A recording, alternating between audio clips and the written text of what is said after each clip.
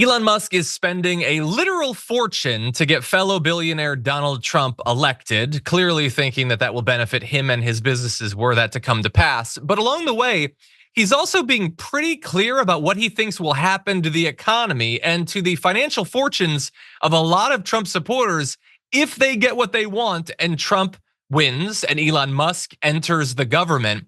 It doesn't seem like they think it's going to go very well for you. So this guy, Fisher King, who pays $8 a month to the richest man in the world to be on a free site, says, if Trump succeeds in forcing through mass deportations, combined with Elon hacking away at the government, firing people and reducing the deficit, there will be an initial severe overreaction in the economy. This economy propped up with debt, generating asset bubbles and blah, blah, blah, blah, blah. And Elon Musk agrees with that. He agreed with the severe overreaction. Now you might say, we don't know exactly what he's interpreting that as. It obviously doesn't sound good for the economy, but Elon Musk has thankfully expanded on this in other appearances. So bear in mind the reason it matters what Elon Musk thinks about this is because Trump has said that Musk would head a quote government efficiency commission to organize a complete financial and performance audit of the entire federal government and make recommendations for drastic reforms. Now, importantly, Elon Musk doesn't have any qualifications to do any of that. There is no evidence that he understands anything about government or about how these different areas of the bureaucracy work. And to the extent that he has done major reforms of companies like Twitter, it hasn't exactly gone very well. But it doesn't matter. Expertise is irrelevant if Trump becomes president again. And so what does he say about it? Well, he was asked about tackling the nation's debt.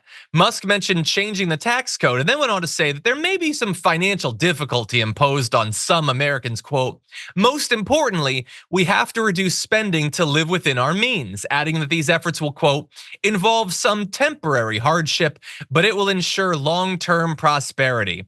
And I just want everyone to bear in mind, when he talks about living within our means, bear in mind, he's building a massive compound for his multiple families right now.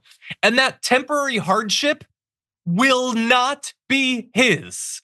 He will experience no hardship. In fact, every one of these reforms will benefit him and wealthy people like him. That is a guarantee. The gamble that he wants you to make is someday this will benefit us. Someday. Now, that has never been the case when they get in power and they do their massive tax cuts for billionaires. They always sell it to you as someday you will benefit. They instantly benefit. Their taxes are cut. They save hundreds of thousands, millions, perhaps in his case, billions of dollars. That is guaranteed, locked in. They have always told you you will benefit. It has never come to pass.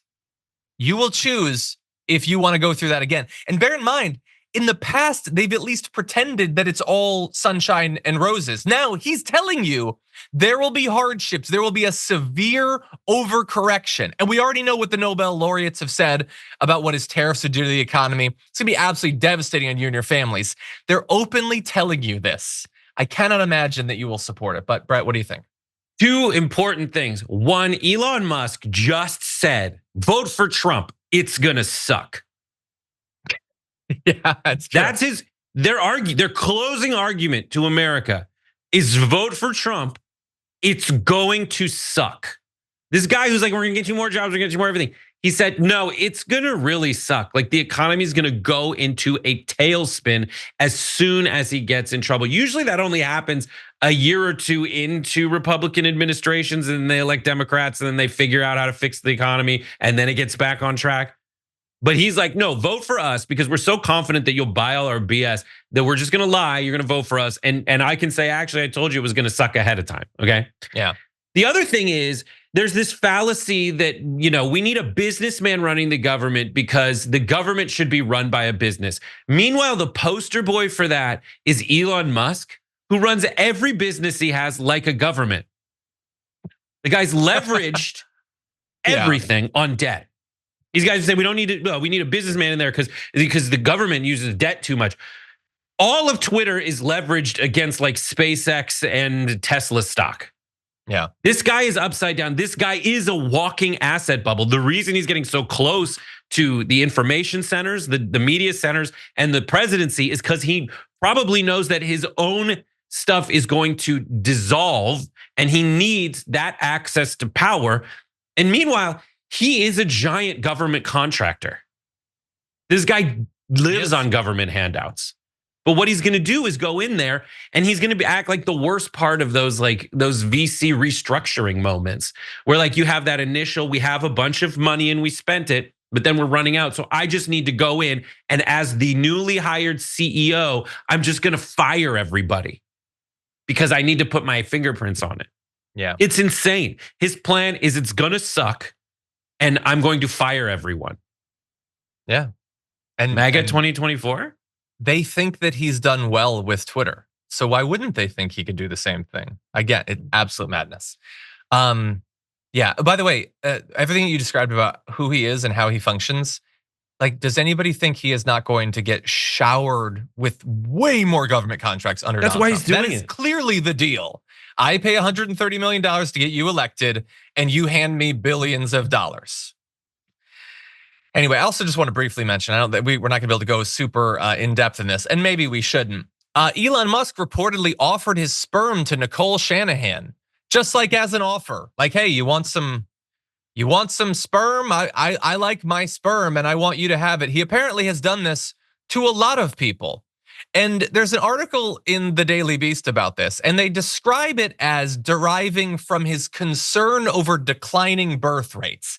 And the only reason I want to mention this story is to say, I understand that he tweets about declining birth rates. I don't think we have to assume that the reason he's going up to women at parties and offering his sperm necessarily is just about his concern about declining birth rates. When it's a guy who wanted to expose his genitals on SNL. I think maybe there's more to it than just the declining birth rates. Maybe he likes to force people into awkward sexual situations.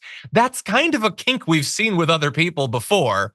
So anyway, he can do it. It's not illegal to offer your semen or whatever. But he's just, to me, he just strikes me as a real weirdo who wants to pull people into his sexual orbit, and he doesn't seem to care too much about whether they consent to it. That's my thought. Amen.